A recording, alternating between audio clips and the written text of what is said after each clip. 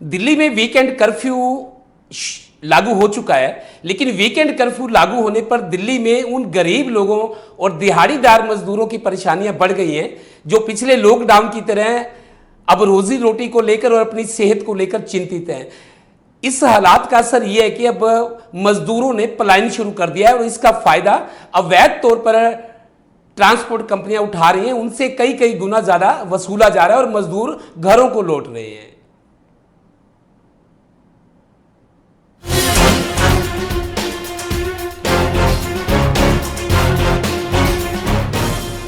राजधानी दिल्ली समेत पूरे भारत में कोविड के बढ़ते मामलों ने फिर से एक बार लोगों को चिंता और भय में डाल दिया है।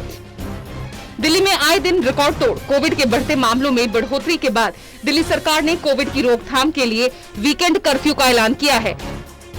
ऐसे में दिल्ली में काम करने वाले मजदूर और गरीब परिवारों को अपनी रोजी रोटी के संकट के साथ अपने स्वास्थ्य की भी चिंता सता रही है, जिसके चलते वो किसी भी कीमत पर दिल्ली से अपने गंतव्य, अपने गांव, अपने परिवारों के बीच जाना चाहते हैं, जिसका भरपूर फायदा दिल्ली में चलने वाली अवैध ट्रांसपोर्ट कंपनियों द्वारा उठाया जा रहा है। आपको बता दें कि गरीब मजदूरों से किराए में 2 से 3 गुना तक कीमत वसूली जा रही है और ये हर रोज बढ़ाई जा रही है।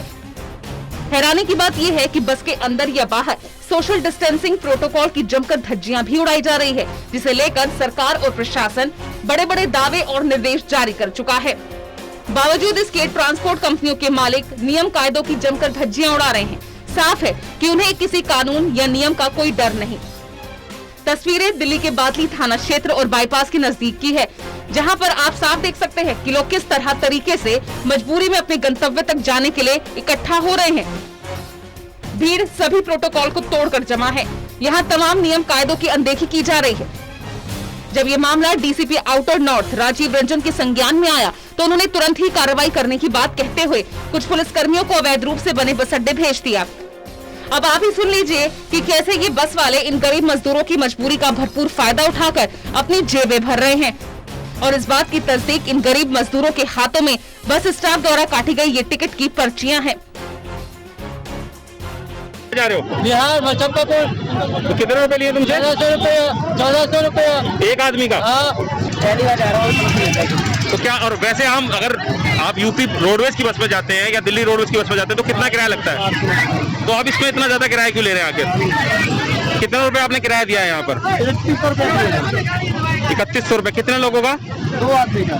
इससे पहले किराया कम था अब या अब ज्यादा हुआ है? अब ज्यादा हुआ है। क्यों, क्या वजह है?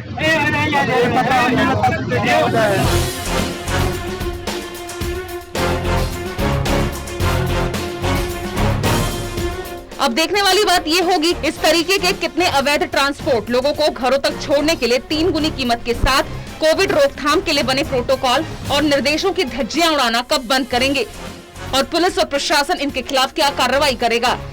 दिल्ली से टोटल न्यूज के लिए हर्षित मिश्रा की रिपोर्ट।